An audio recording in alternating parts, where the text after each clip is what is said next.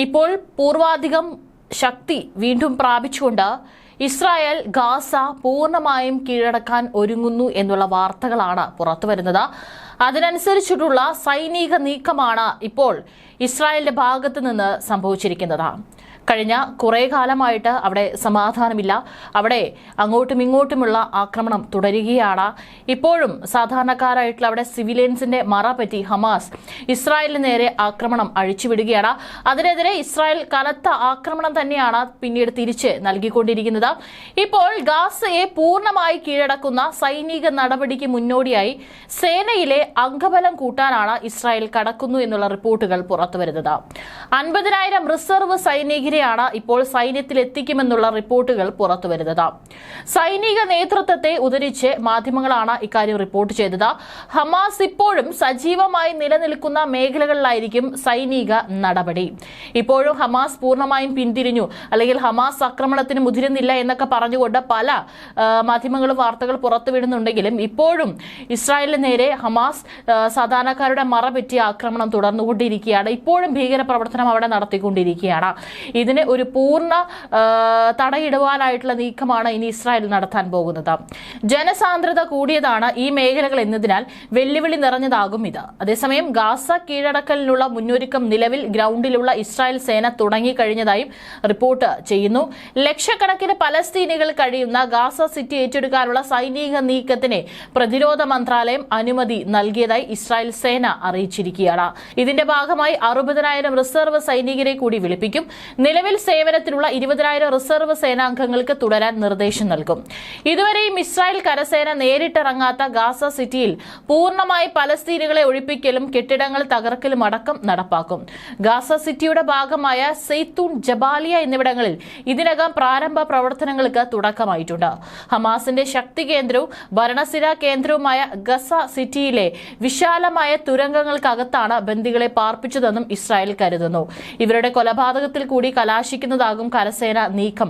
അതായത് ബന്ദികളുടെ ജീവനും ഒരുപക്ഷെ അപകടത്തിലാകാനുള്ള സാധ്യതയുണ്ടെന്നാണ് ഇപ്പോൾ ഈ ഒരു നീക്കത്തിൽ നിന്ന് മനസ്സിലാകുന്നത്. ഗാസ സിറ്റിയിലേക്ക് സൈനിക നീക്കം വ്യാപിപ്പിക്കുന്നതിനെതിരെ സൈന്യത്തിനകത്ത് തന്നെ കടുത്ത എതിർപ്പ് ഉയർന്നിട്ടുണ്ട്. ബന്ദികളുടെ കുടുംബങ്ങളും ഇതിനെതിരാണ്. കഴിഞ്ഞ കുറച്ച് ദിവസങ്ങൾക്ക് മുമ്പാണ് ഇത്തരത്തിൽ ഹമാസിന്റെ പിടിയിലായിട്ടുള്ള ഒരു ബന്ദിയുടെ ഒരു വീഡിയോ പുറത്തു വന്നിട്ടുണ്ടായിരുന്നു. അതായത് സ്വയം കുഴി തോണ്ടുന്ന, തന്റെ സ്വന്തം ശവക്കുഴി തോണ്ടുന്ന ഒരു ബന്ദിയുടെ, ഇസ്രായേലിൽ നിന്ന് ബന്ദിയാക്കപ്പെട്ട ഒരു യുവാവിന്റെ വീഡിയോയായിരുന്നു പുറത്തു വന്നത്. അതിൽ വളരെ എല്ലും തോലുമായിട്ട് വളരെ അവശനായി കാണപ്പെടുന്ന ഒരു ബന്ദിയുടെ വീഡിയോയായിരുന്നു പുറത്തു വന്നത്. ഇതും ഇസ്രായേലിനകത്ത് വലിയ രീതിയിലുള്ള നെതന്യാഹു സർക്കാരിനെതിരെ വിമർശനവും പ്രതിഷേധവും നടക്കാൻ ഇടയാക്കിയ ഒരു സംഭവമായിരുന്നു.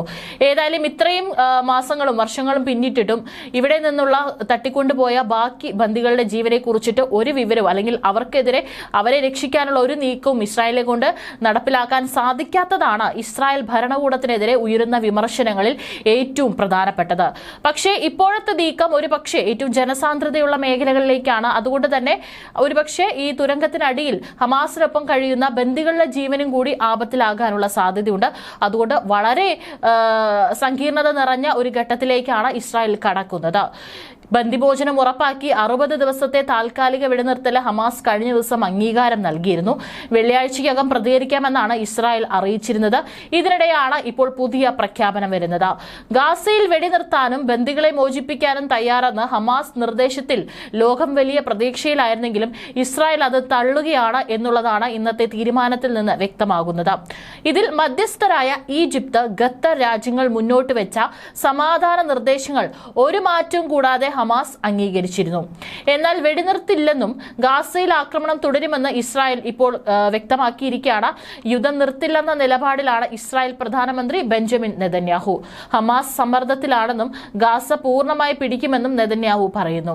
ഇസ്രായേൽ കുരുതി തുടരുന്ന ഗാസയിൽ 24 മണിക്കൂറിനിടെ ഭക്ഷണം കാത്തുനിന്ന 22 പേരടക്കം 56 പേരുടെ മരണം സ്ഥിരീകരിച്ചിട്ടുണ്ട്. 185 പേർക്ക് പരിക്കേൽക്കുകയും ചെയ്തു.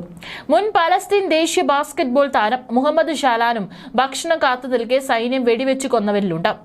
ഖാൻ യൂനിസിലാണ് 40-കാരൻ ക്രൂരമായി കൊല ചെയ്യപ്പെട്ടത്.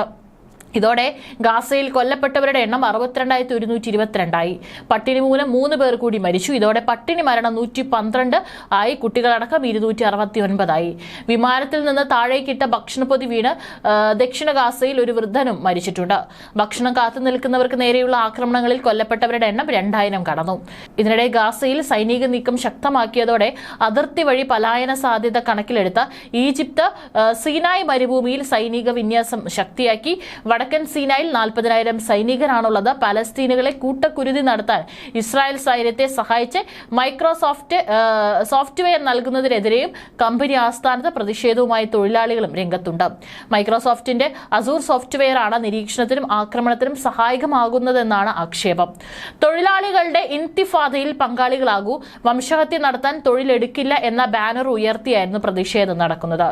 ഏതായാലും 60 ദിവസത്തെ വെടിനിർത്തലായി ആവിഷ്കരിച്ച നിർദ്ദേശത്തോടുള്ള ഇസ്രായേലിന്റെ പ്രതികരണം അത് വളരെ നിർണായകമാണ്. ഒരു പ്രതീക്ഷയുണ്ടായിരുന്നു. പക്ഷേ ഈജിപ്തും ഖത്തറും മുന്നോട്ട് വെച്ച അല്ലെങ്കിൽ അവർ മധ്യസ്ഥത നിന്നിട്ടുള്ള ഈ ഒരു ചർച്ചയാണ് ഇപ്പോൾ പൂർണ്ണ പരാജയമായിരിക്കുന്നത്.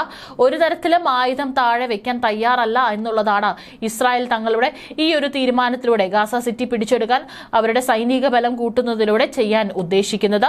കരാർ പ്രകാരം പകുതിയോളം ബന്ദികളെ ഘട്ടം ഘട്ടമായി മോചിപ്പിക്കാമെന്നായിരുന്നു ഹമാസ് അറിയിച്ചിരുന്നത്.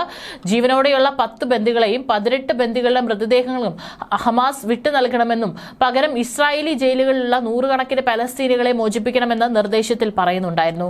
മുഴുവൻ ബന്ദികളെയും വിട്ടുകിട്ടണമെന്നായിരുന്നു ഇസ്രായേലിന്റെ നിലപാട്. ഇതിനിടെ വെടിനിർത്തൽ നിർദ്ദേശം അംഗീകരിക്കരുതെന്ന് കാട്ടി സർക്കാരിലെ തീവ്ര വലതുപക്ഷ കക്ഷികളും ഇസ്രായേൽ പ്രധാനമന്ത്രി ബെഞ്ചമിൻ നെതന്യാഹുവിന് മേൽ സമ്മർദ്ദം ശക്തമാക്കിയിരുന്നു. ഹമാസിനെ ഇല്ലാതാക്കും വരെ യുദ്ധം തുടരുമെന്നാണ് ഇവരുടെ ആവശ്യം. ഗാസയിലെ വെടിനിർത്തലിലെ ഈജിപ്തും ഖത്തറും മുന്നോട്ട് വെച്ച നിർദ്ദേശങ്ങൾ അംഗീകരിച്ചതായി പ്രഖ്യാപിക്കുന്നുണ്ടെങ്കിലും ഹമാസ് കടുത്ത സമ്മർദ്ദത്തിലാണെന്നും ഇസ്രായേൽ പ്രധാനമന്ത്രി ബെഞ്ചമിൻ നെതന്യാഹു പ്രതികരിച്ചിട്ടുണ്ടായിരുന്നു. ഏതായാലും ഹമാസിന്റെ ആ ഒരു സമ്മർദ്ദം അത് അല്പം കൂടി കൂടാൻ പോവുകയാണ്. പൂർണ്ണമായും ഗാസ സിറ്റി ജനവാസ മേഖലകളിലേക്ക് അടക്കം സൈനിക ശക്തിയോടുകൂടി കടന്നു കയറാൻ ശ്രമിക്കുമ്പോൾ ഇനിയും ഇതിനേക്കാൾ 10 ഇരട്ടിയിലധികം ജീവനുകളായിരിക്കും അവിടെ നഷ്ടപ്പെടാൻ അല്ലെങ്കിൽ അവിടെ മരണപ്പെടാൻ പോകുന്നത് എന്നുള്ളതാണ്. ലോകരാജ്യങ്ങളടക്കം തന്നെ ഇതിനോടകം ഇസ്രായേലിന്റെ ഇത്തരത്തിലുള്ള വെടിനിർത്തൽ നിർത്താത്തതിനെതിരെ വലിയ വിമർശനം ഉന്നയിച്ചുകൊണ്ട് രംഗത്ത് വരുന്നുണ്ടായിരുന്നു. ഈ ഒരു സാഹചര്യത്തിലാണ് ഇപ്പോഴും അത് തന്നെ തുടരാൻ ഇസ്രായേൽ തീരുമാനിക്കുന്നത്. മറ്റുള്ള ഹമാസിന്റെ കയ്യിലുള്ള ബന്ദികളുടെ ജീവൻ കൂടി എന്തായിരിക്കും അവരുടെ അവസ്ഥ എന്നതുകൂടി ഒരു ചോദ്യം ചിഹ്നമായി ഉയരുകയാണ്. ഇപ്പോൾ 60,000 സൈനികരെയാണ് ഇപ്പോൾ മേഖലകളിലേക്ക് വിന്യസിക്കാൻ നെതന്യാഹു ഉത്തരവിട്ടിരിക്കുന്നത്. അതിന്റെ അടിസ്ഥാനത്തിലായിരിക്കും ഇനി ആക്രമണം അഴിച്ചുവിടുക. അതും ജനവാസ മേഖലകളും ഇപ്പോൾ തന്നെ പല മേഖലകളിലും ആക്രമണം തുടങ്ങിയതായിട്ടും റിപ്പോർട്ടുകൾ പുറത്തു വരികയാണ്. ഇതിനോടകം തന്നെ മരിച്ചവരുടെ എണ്ണം 62,000 കവിഞ്ഞു. 2023 ഒക്ടോബറിൽ സംഘർഷം തുടങ്ങിയതിനു ശേഷം 62,004 പലസ്തീനുകൾ കൊല്ലപ്പെട്ടതായിട്ടാണ് ഗാസയിൽ ആരോഗ്യ മന്ത്രാലയം അറിയിച്ചത്. 1,56,230 പേർക്ക് പരിക്കേറ്റിട്ടുണ്ടെന്ന് മന്ത്രാലയം പറഞ്ഞു. ഹമാസ് നിയന്ത്രണത്തിലുള്ള മന്ത്രാലയം എത്ര പേർ സാധാരണക്കാരോ പോരാളികളോ ആണെന്ന് പറഞ്ഞിട്ടെങ്കിലും മരിച്ചവരുടെ ഭൂരിഭാഗം സ്ത്രീകളും കുട്ടികളുമാണെന്നാണ് കൂട്ടിച്ചേർക്കുന്നത്.